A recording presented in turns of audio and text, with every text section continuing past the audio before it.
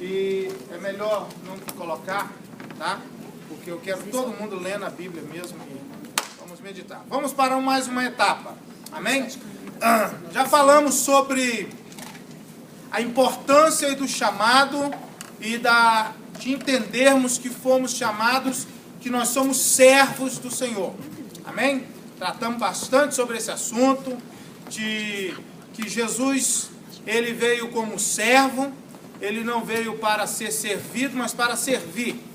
E nós devemos seguir os passos dele. E olhamos e lemos em Atos capítulo 6, das qualificações de um obreiro, que ele precisa ter boa reputação, ser cheio do Espírito Santo e ter a sabedoria que vem do alto, sabedoria de Deus, sabedoria de Deus. Vocês estão me ouvindo bem? Não precisa de microfone não, tá bom? Então nós vamos aqui tratar de alguns assuntos, porque se um obreiro,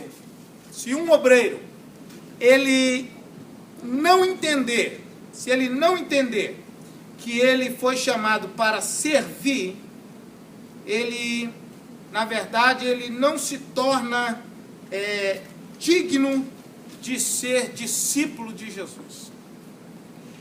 Ele não se torna digno, uma vez que ele não entende que ele não veio para servir, ele está cometendo um grande erro.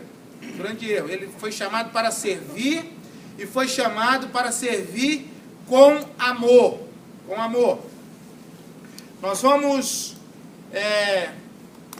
nós lemos em Marcos 10, 45, que Jesus, ele mesmo disse que ele não veio para ser servido, mas para servir e dar a sua vida em resgate de muitos.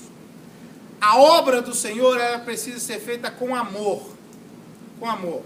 E todos nós precisamos trabalhar nessa unidade de amor. De amor. Abre comigo sua Bíblia em em 1 Coríntios 13, 1. 1 Coríntios, Paulo está falando sobre a unidade, sobre o amor. 1 Coríntios, capítulo de número 13, verso 1.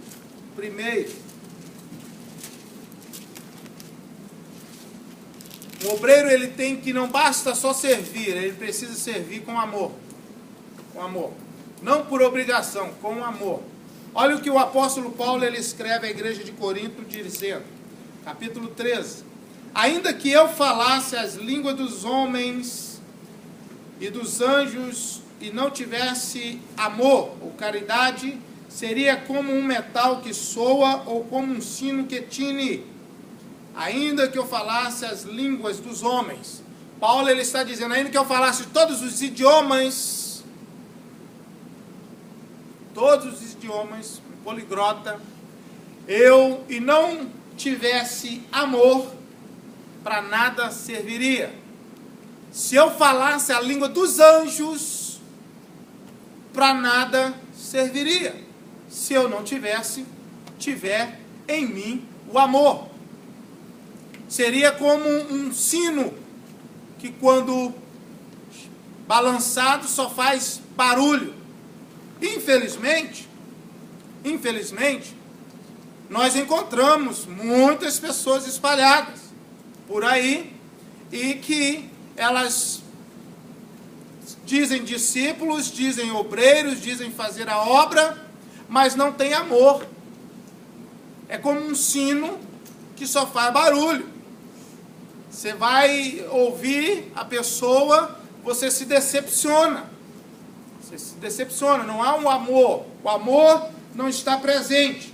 E Paulo, ele segue dizendo, ainda que tivesse o dom de profecias e conhecesse todos os ministérios e toda a ciência, e ainda que tivesse toda a fé, de maneira tal que transportasse os montes e não tivesse amor, para nada seria. Olha como é sério isso, né? Então eu preciso fazer a obra com amor. Com amor. Tá bom? Com amor. Porque é fundamental o amor. E em 1 Coríntios, no capítulo 12, abre aí sua Bíblia, volta, capítulo 12, deixa ela sempre aberta. Paulo, ele fala no verso 12, da unidade do corpo. Paulo, ele está dizendo, porque assim como o corpo é um, e tem muitos membros, e todos os membros, sendo muitos, são um só corpo, assim Cristo também. Pois todos nós fomos batizados em um Espírito, formando um corpo, quer judeus, quer gregos, quer servos, quer livres, e todos temos bebido de um Espírito, porque também o corpo não é um só membro, mas muitos. Se o pé disser, porque não sou mão, não sou do corpo, não será por isso do corpo? Então, Paulo, ele está falando da orelha, Paulo, ele está falando que o corpo, ele tem um que é o cabeça, e o cabeça é Cristo. Jesus é o cabeça. E nós, como servos e discípulos, obreiros do Senhor, nós somos membros deste corpo. E cada membro tem a sua função. Cada membro tem o seu chamado ministerial. E nós precisamos achar esse chamado, esse dom. Todos nós nascemos com um dom. E o mundo está esperando você colocar isso em evidência. Todos nós temos um dom. O que precisa é se encontrar com esse dom, com esse chamado. Qual é a área que você mais se desenvolve? Esse é o seu dom.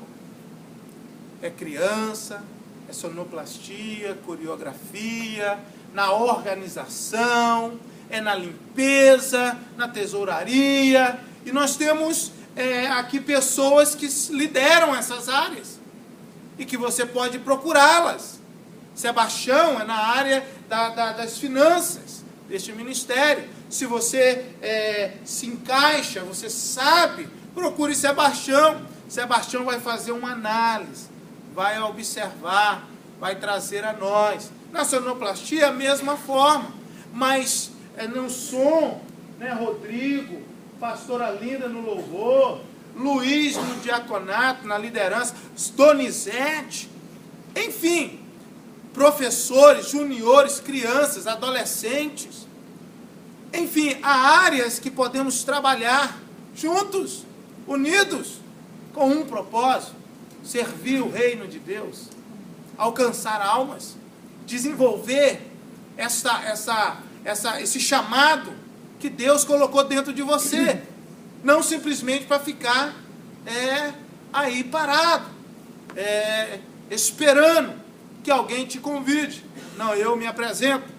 O texto que nós lemos fala que eu preciso tirar a minha espada da bainha e ir para a peleja.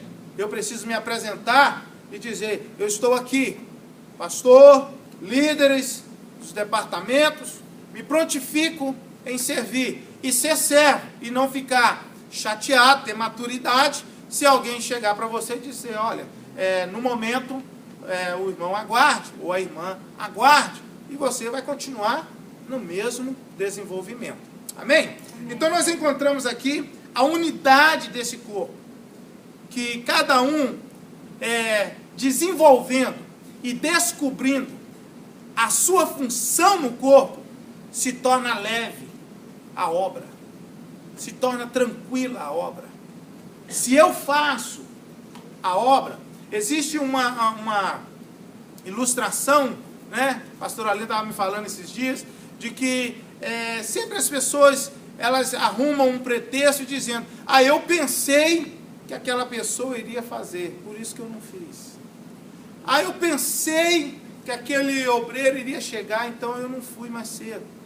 Eu pensei que ia ser assim, e você não pode pensar, você tem que se apresentar e fazer.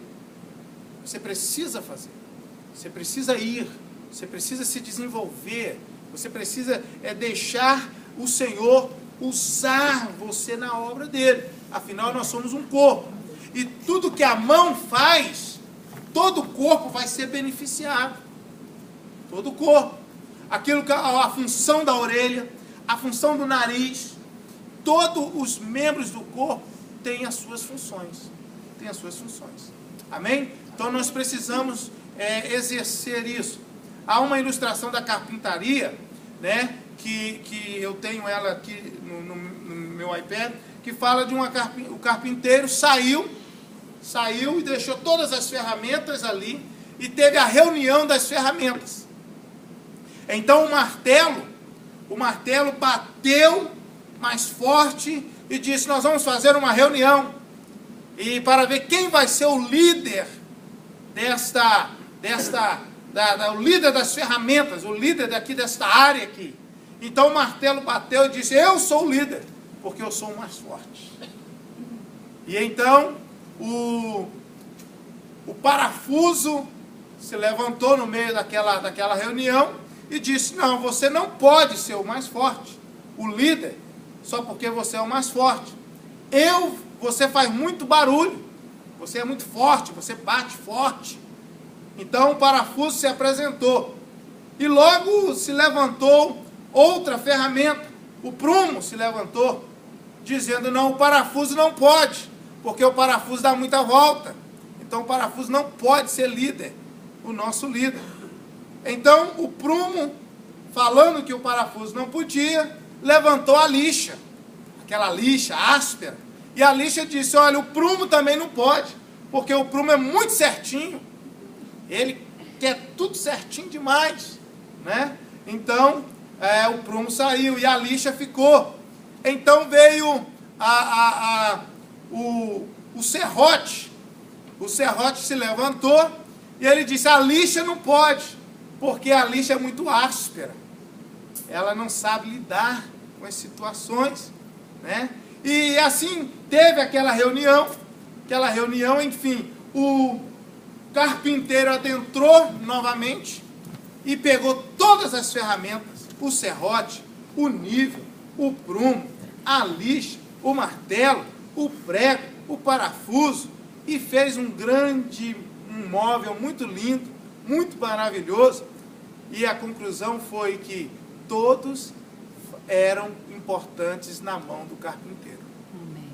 Todos nós somos importantes na mão do Senhor Jesus. Amém. Quem vai fazer e quem vai capacitar cada um é Ele que vai capacitar. Amém? Amém. Então, nós vamos aqui então entrar aqui nas qualificações de um diácono. Primeira delas, boa reputação. Segunda, plenitude do Espírito Santo, ser cheio do Espírito Santo. Terceira, não de língua dobre.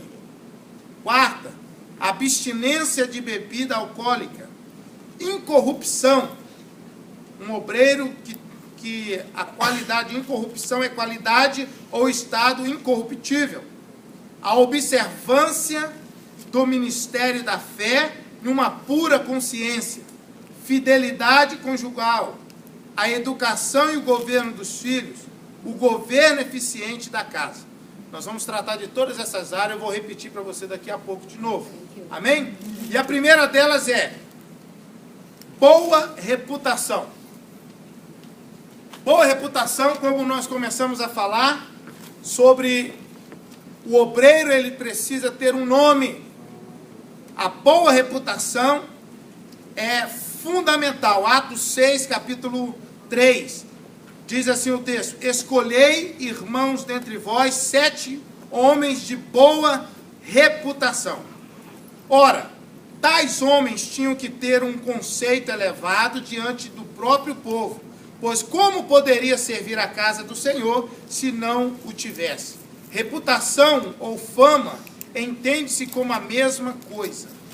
Então, irmãos, a reputação, ela é algo que não se pode abrir mão na vida de um obreiro. O obreiro, irmão, eu já disse aqui para alguns, às vezes você vai ter que abrir mão de situações, perder por causa do seu nome. Em situações, em trabalho, você vai evitar toda uma situação, você vai acertar por causa da sua reputação. E por mais que você cuide dela, ainda vão falar. Ainda vão falar. Mas o mais importante é essa reputação diante de toda a igreja, diante do Senhor. Que as pessoas vão te ouvir, as pessoas vão te aceitar tudo aquilo que você estiver ali ministrando, falando, observando, ministrando diante do Senhor. Amém? Então, primeiro, boa reputação. Não se pode. O que tem às vezes aí espalhado, irmão, de obreiro, de má reputação, não está escrito. Hã? Não está escrito. Obreiros que estão à frente, né, discípulos, se dizem discípulos, mas a reputação é horrível. E quem perde com isso? O reino de Deus. A igreja do Senhor. Porque as pessoas vão apontar. As pessoas vão falar. A reputação daquela pessoa é horrível. Compra e não paga. A reputação daquela pessoa é horrível. Fica de fofoca, de conversa. Leve e traz. Aquela coisa que é horrível para a reputação de uma pessoa. Você quer, fulano, saber de alguma coisa? Vai naquela pessoa. Ela te dá todo o detalhe do negócio. Não é assim? Pessoa de má reputação, irmão, é terrível. E quando a pessoa perde esse crédito, o nome está lá embaixo, fica difícil. Fica difícil. Aí, porque o obreiro precisa entender o seguinte: o seu nome está aqui. E você está trabalhando. Para você perder ele, é aqui, ó. É rapidinho. Para construir, leva tempo. Para construir, agora para destruir, é assim. O inimigo, ele está ao derredor, querendo rapidamente puxar o tapete de um obreiro, puxar o tapete de um servo do Senhor, de um ministrante, para derrubar ele, para acabar com a reputação dele. Então nós precisamos, como discípulos do Senhor, estar atentos com essa reputação. Afinal, eu sou discípulo do Senhor. Eu ando pelas ruas de Mount Vernon, de Portchester, Yonkers, aqui em Westchester, né, toda a região, Nova York. Eu ando e eu preciso ser luz desse mundo e sal da terra, não é assim? Eu sou um discípulo. Se eu estou no ministério da graça, família da graça, eu carrego a placa de discípulo de Jesus, mas eu faço parte daquele corpo que é o ministério da graça no reino de Deus. No reino de Deus. E qualquer coisa, já percebeu isso? O obreiro fez um trem errado, a reputação caiu. A igreja do pastor Ronaldo, lá no ministério da graça. Não é assim que faz? É assim que faz, irmão. Não esquece. Pastor Ronaldo, discípulo do pastor Ronaldo, ainda fala assim. Eu não estou nem sabendo. O vaso já não está. Às vezes a pessoa nem membro é. Ele é congregado. Ele vem, ele aparece. Ele é o crente ninja. Já viu o crente ninja? Eu separei aqui para você rir um pouco. Há o crente ninja. Esse crente ninja, ele vira uma fumaça. Ele vem, quando ele vem, ele desaparece. Você procura ele. Você não acha ele? De vez em quando. Tem o crente festa, que ele só vem no dia de festa, de congresso. É o crente bolo. É o crente bolo. Eu coloquei aqui o crente quiabo. Difícil de pegar ele. Aqui escorregando. Vive escorregando. Eu vou fazer você rir um pouco. Deixa eu parar aqui. É bom que... Tem o crente... o crente Peter Pan. Não quer crescer nunca. Ele quer sempre ficar ali. Ainda viver no país da pequenininho. maravilha ainda. Ah, não, e voando. Tem o crente urso. No inverno, fica em casa hibernando. Você desaparece. Tem o crente bolsa de valores. Um dia está em alto, um dia está em baixo. Ele é cheio de onda, ele é assim. Ele vai andando assim. Tem um crente 333, meia besta. É meio besta. É meio besta. 333. Porque o número da besta é 666. Então esse é o meia besta. É o meio besta. Meia besta. Meio besta. Tem o crente 12, cheio de misticismo. O mundo vai acabar, ele fica aí perdido, sem saber. Tem o crente gatinho, gosta de um mimo. Ele quer ser Esse aí mimado. tem muito, pastor. Hã? Ele quer ser mimado, tá? Se não ligar, uma vez eu estava mandando um text message e mandei para uma pessoa e coincidiu dessa pessoa estar perto dessa pessoa e aí essa pessoa passando mandou para mim. Foi mesmo. Mas eu mando de vez em quando, eu vou mandando assim. Tem um crente Kodak, vive de revelação, cheio de visão. Tem um crente 190, só busca o Senhor na emergência. Aqui é 9. Depois eu leio mais pra você. É. Você esqueceu do crente celular. O crente celular, Tá Fora sempre... do ar, sempre te amo. fora do ar e sempre te amo. Maravilha, olha aí pra você ver. O crente Faustão, que só aparece no domingo. Enfim, depois eu falo mais aqui pra gente rir um pouco. Mas a boa reputação. A boa reputação. E não é à toa que eles inventam esses dizeres assim, porque tem crente que é meio parecido com isso. Meio inteiramente, meio bobo. Tem crente que é assim. Tem crente que ele não conseguiu se encontrar dentro do chamado que Deus tem para ele. Agora, a reputação nós falamos. Todos nós sabemos que a reputação ela é fundamental. Tem pessoa que às vezes ele consegue uma riqueza, mas a reputação dele não presta. Isso não tem valor, irmão. Tem valor? Não tem valor. Não há valor. Ele não se importa, ele cresce não se importando com a reputação e sai aí e bate no peito lá e dizendo, mas não tem reputação, ninguém dá crédito. Ele pode até ter adquirido bens, mas não tem reputação. Não tem valor. Reputação é uma coisa, você lembra? No Brasil, irmão, eles chegavam e falavam assim, na cidade pequenininha, Portugal. Eles fazem o quê? Eles chegam e falam o quê? Você é filho de quem? Eu sou filho do seu... Qual é o nome do seu pai? Seu Jorge. Oh, seu Jorge. Seu Jorge, eu conheço o seu Jorge. Não é assim? Seu Jorge, a gente pode mais, mas e por que você é desse jeito, menino? Seu Jorge é gente boa, né? Não é seu pai?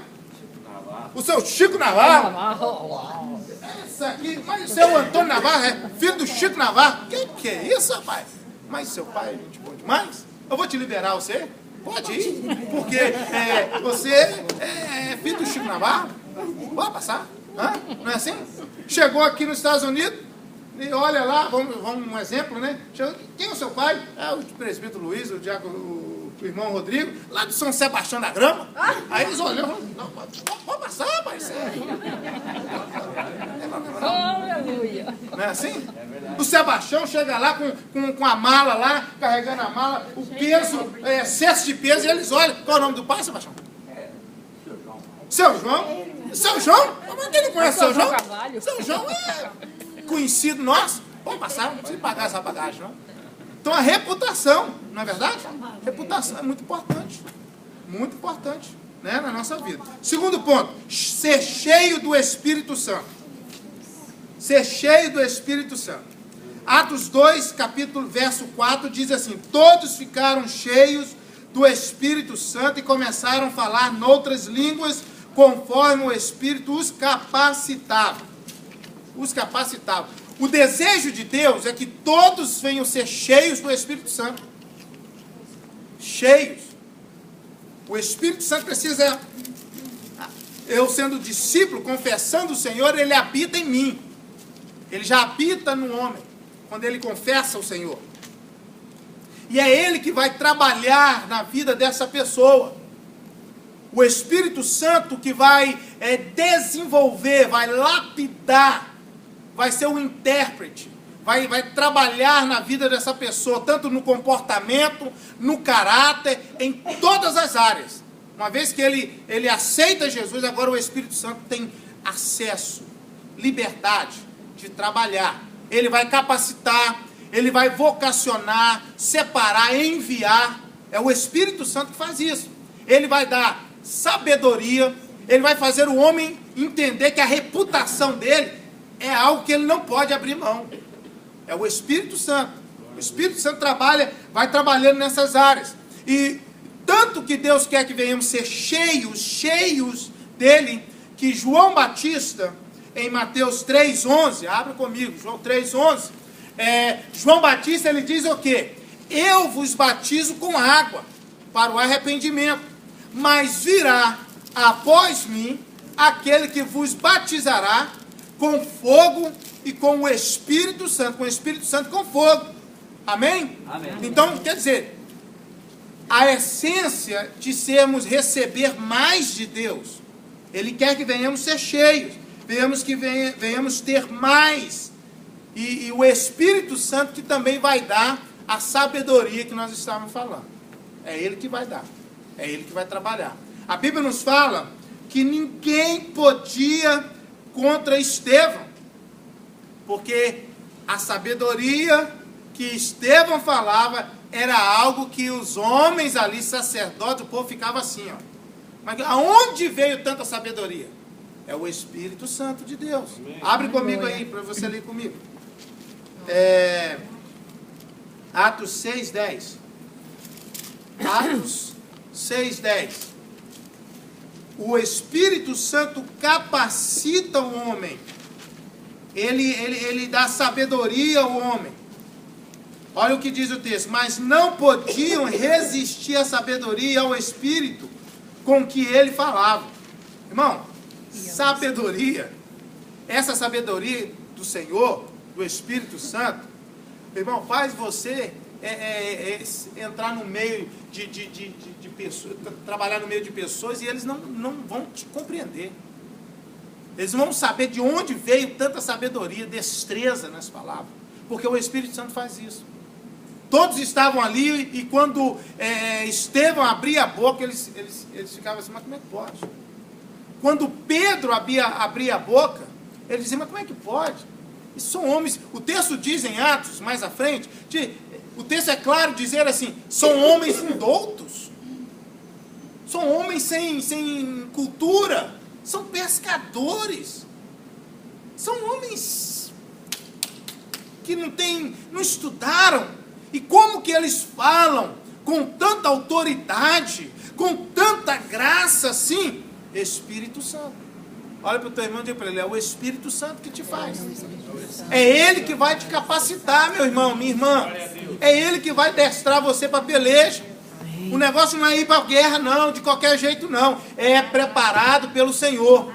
É o Espírito Santo que vocaciona. Uma coisa que tem me deixado assim, sempre preocupado, é questões de hoje em dia, pessoas às vezes recebem os convites, né, pregadores, e a Bíblia nos diz que eu preciso consultar o Espírito Santo se eu posso ir pregar ou não.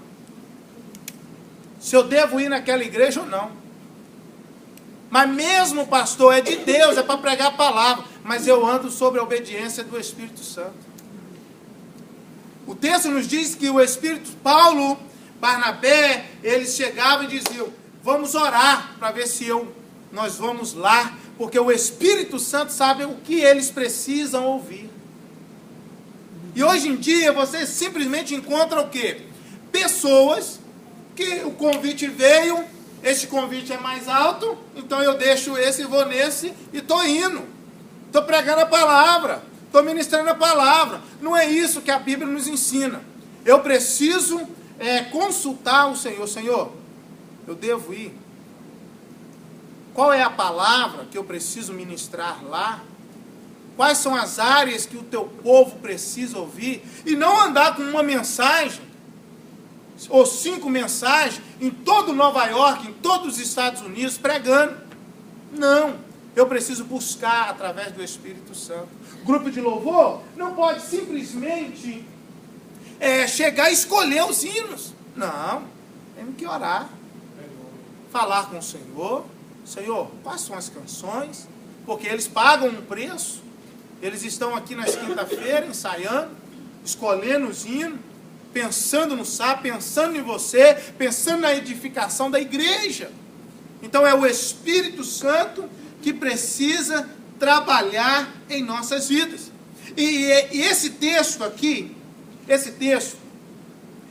vou entrar em algumas áreas aqui, que é muito importante, é conhecermos a questão do que estava acontecendo aqui, neste momento, quando eles, em Atos capítulo 2, eles foram cheios do Espírito Santo, e eles começaram a falar em línguas conforme o Espírito Santo concedia que falasse. Quando nós, como cristãos, se alguém chegar para você e perguntar para você, quando você fala em línguas estranhas, ou quando você fala em mistérios, você fala baseado em qual texto da Bíblia? Em quais textos das Escrituras Sagradas?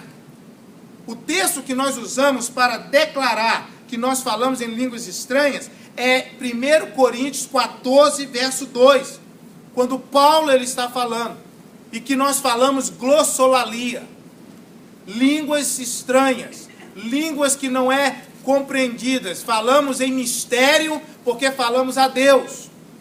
E Atos dos Apóstolos, capítulo 2, quando o Espírito Santo desce, derrama sobre o povo, e eles são capacitados em falar em outras línguas, eles estão falando em xenolalia, são línguas existentes, línguas que já existiam de outros povos. Quem capacitava? O Espírito Santo de Deus, porque havia em Jerusalém, em Atos 2, no dia do Pentecoste, várias cidades, você pega o texto e você vai ler que havia ali vários povos, e a necessidade da salvação estava presente.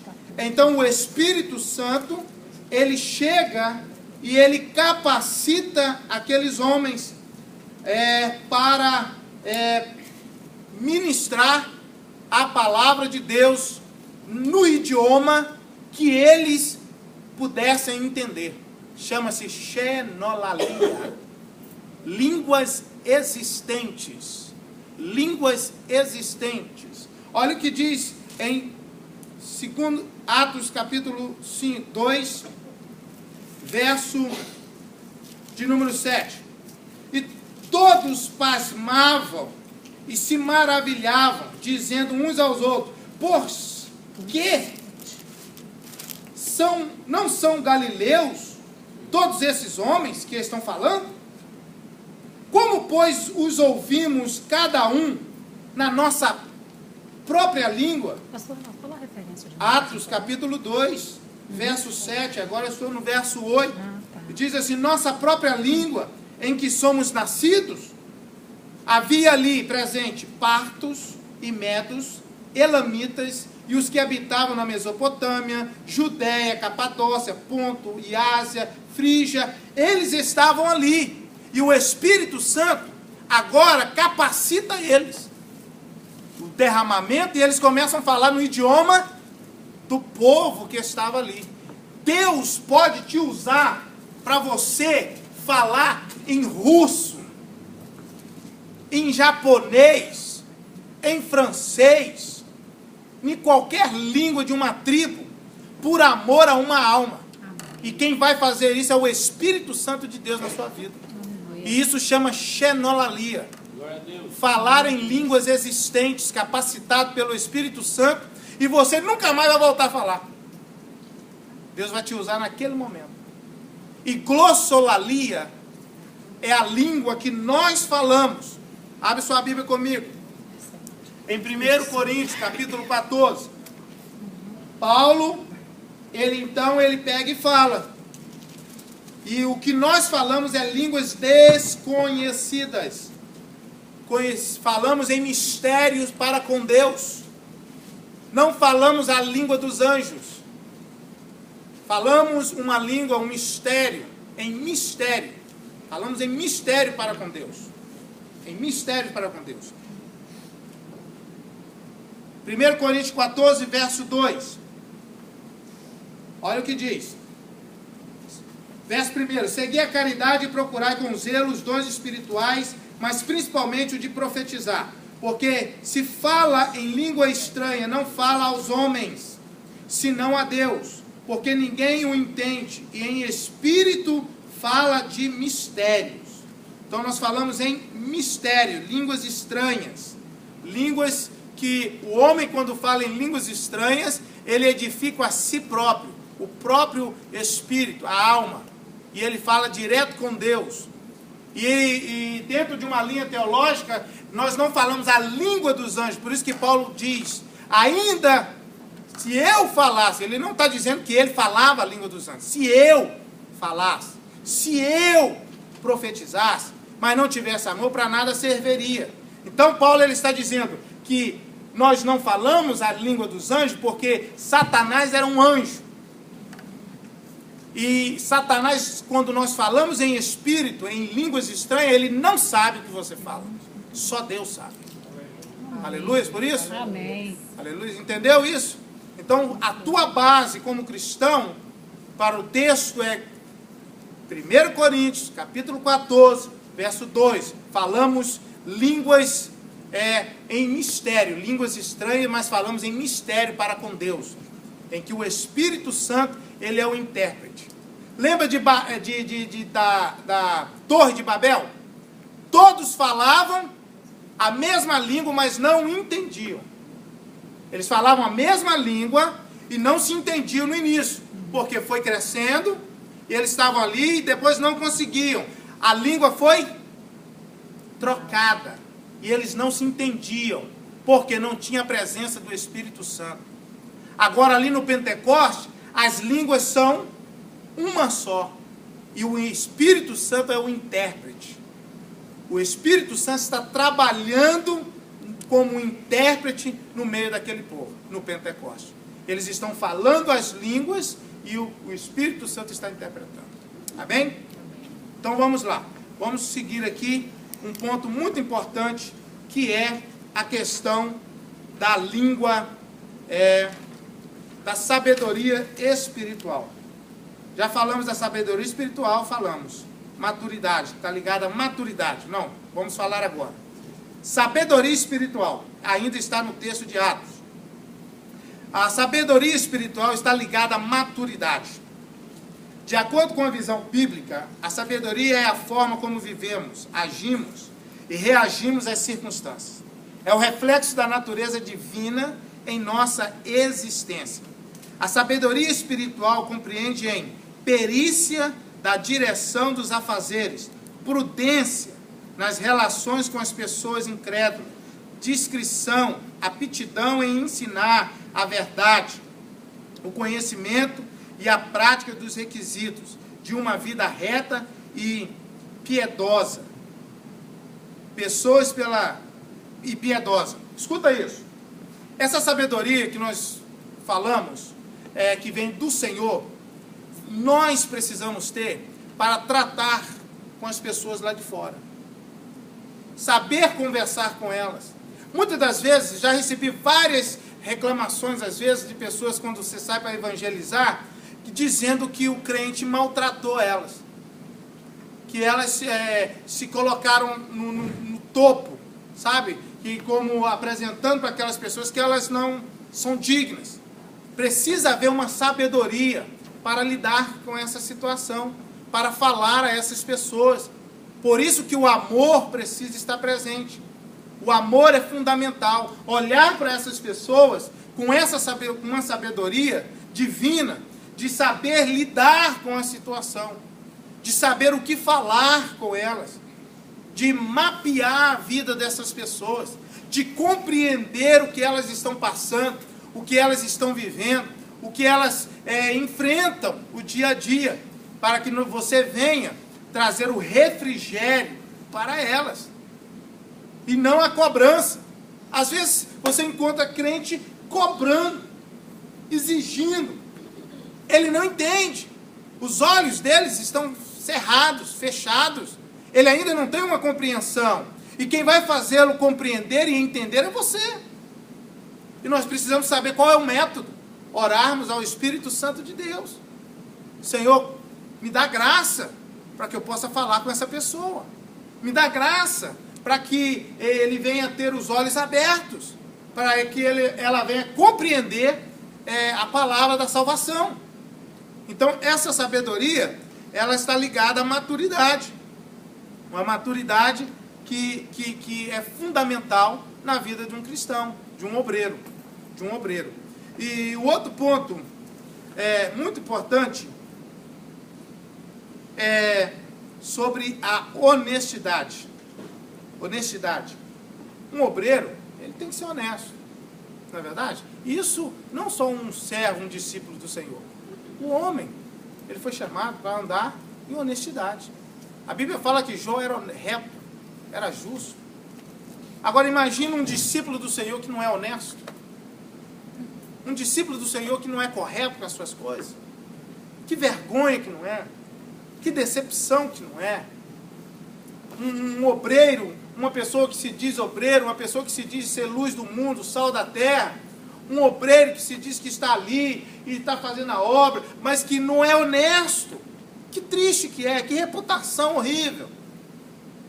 Não há como a presença, o Espírito Santo habitar. Porque a Bíblia diz que não. A Bíblia é clara nesse ponto, que de uma boca não pode jorrar água doce e salgada, ou é doce ou é salgada. Ou servimos a Deus ou servimos a Baal. Porque não há outro meio. Eu preciso ser correto, eu preciso ser honesto. Sim, sim, não, não. Fora disso é procedência maligna. Eu preciso ser correto com aquilo que eu faço. Isso é um obreiro, um discípulo. Então, ser um discípulo do Senhor vai muito além daquilo que as pessoas às vezes pensam. Ah, eu sou crente. Ah, eu estou aí caminhando, estou firme. Mas vai muito além. As exigências vão vir. As cobranças vão vir. Sobre todos nós. Então, a honestidade, ela é fundamental. A honestidade, ela está ligada à seriedade. Seriedade. A pessoa honesta, a pessoa séria, a pessoa que sabe uma boa reputação, sabe falar, sabe conversar.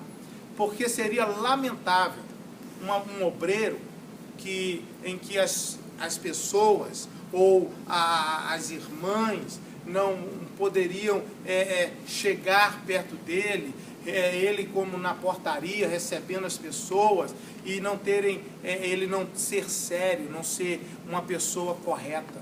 Seria lamentável, seria horrível. Uma pessoa que ela mistura as coisas.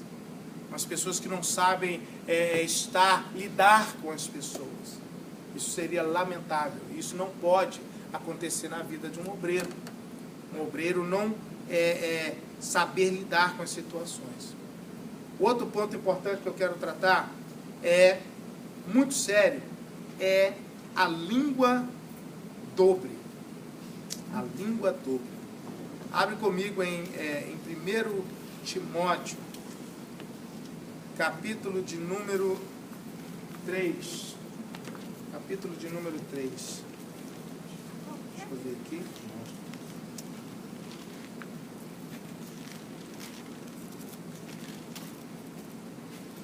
Timóteo, capítulo de número 3, deixa aberto aí. Verso 8. Pastor Alino, pode ler para mim? Pode abrir.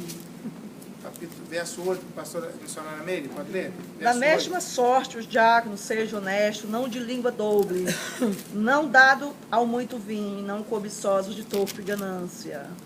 Amém. Olha só para você ver, a honestidade, né? E não de dobre língua. Eu quero ler esse texto com vocês. Porque a responsabilidade aqui, ela está sobre todos. Sobre todos. Abre aí comigo. Está aberto aí? 1 Timóteo 3. Olha só o que diz, verso 1. Essa é uma palavra fiel. Se alguém deseja o episcopado, excelente obra deseja. Convém, pois, o bispo seja irrepreensível, marido de uma mulher, vigilante, sóbrio, honesto, hospitaleiro, apto para ensinar. Não dado ao vinho, não espancador, não cobiçoso, de torpe ganância, mas moderado, não contencioso, não avarento. são qualificações, são coisas que exigem de um obreiro. Exige de um obreiro que governe bem a sua própria casa, tendo seus filhos em sujeição, com toda a modéstia. Porque se alguém não sabe governar a sua própria casa, terá cuidado para a igreja de Deus, não neófito, para que, ensoberbecendo-se, não caia na condenação do diabo. Convém também que o bom testemunho dos que estão de fora, para que não caia em afronta no laço do diabo. Olha o testemunho, olha a reputação envolvendo a vida das pessoas. Muitas pessoas às vezes deixam de estar em igrejas porque elas estão olhando testemunho. Elas estão certas? Não, elas estão erradas. Elas deveriam olhar para Jesus, para a cruz, mas elas não sabem. E elas estão olhando para quem? Para você. Elas estão olhando para mim. E se a reputação é ruim, ela vai apontar mesmo, ela vai fazer assim. Ele, para ser igual a ele, até logo. Crente igual a ele é crente lá na frente do pastor. Lá na obra ele não é crente. Para conversar com as pessoas, ela não é crente. Para estacionar o carro, ele não é crente. Para dirigir aí pelas ruas, não é crente. Ele só é crente lá. Em casa ele não é crente. Aí sim. Em casa ele não é crente, não. Em casa ele não fala línguas estranhas, não. Ele fala línguas Entendíveis. perdíveis. Ele está louco. E isso é sério. E aqui pega e fala sobre os diáconos e fala sobre as mulheres. Verso 11. Da mesma sorte as mulheres. Sejam honestas, não maldizentes, sóbrias, fiéis em tudo. Quer dizer, a exigência é para todos. É para todos. A cobrança é para todos. E o texto no verso 8 fala de não de língua dobre. O que é língua dobre? É uma pessoa com duas línguas. E é uma das coisas que mais impede crescimento. A fofoca.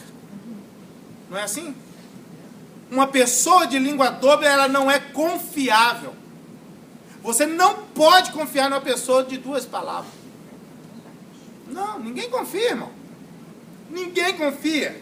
Não tem reputação.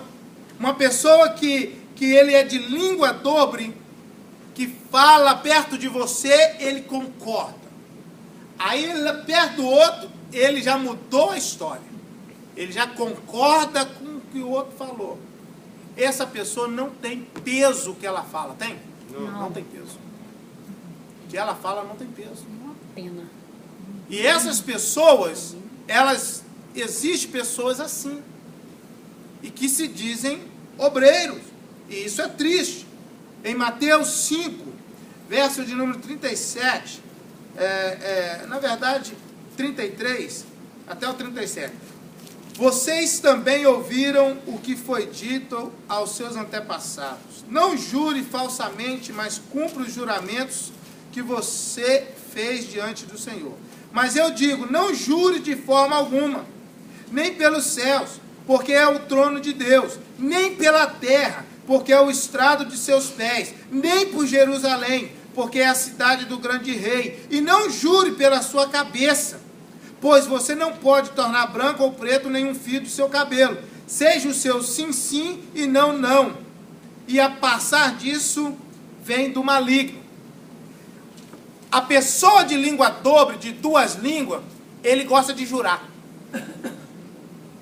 Não, eu juro. Eu juro.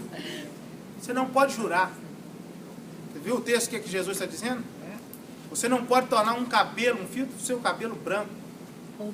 Você não pode jurar, nem por Jerusalém. Eu juro! Você pode fazer um voto, e se fizer, cumpra, diz as Escrituras. Mas jurar? A maioria das pessoas, elas querem fazer isso. Jurar, ou às vezes, falar uma coisa, mas é o seguinte, longe daquela pessoa. Perto da pessoa, elas não querem falar. E isso não está certo. Se você vai falar algo, você tem que estar apto para falar também na frente daquela pessoa. Isso é o correto. É uma só palavra. Não, eu estou falando isso, eu confirmo. Isso é maturidade, isso é crescimento, isso é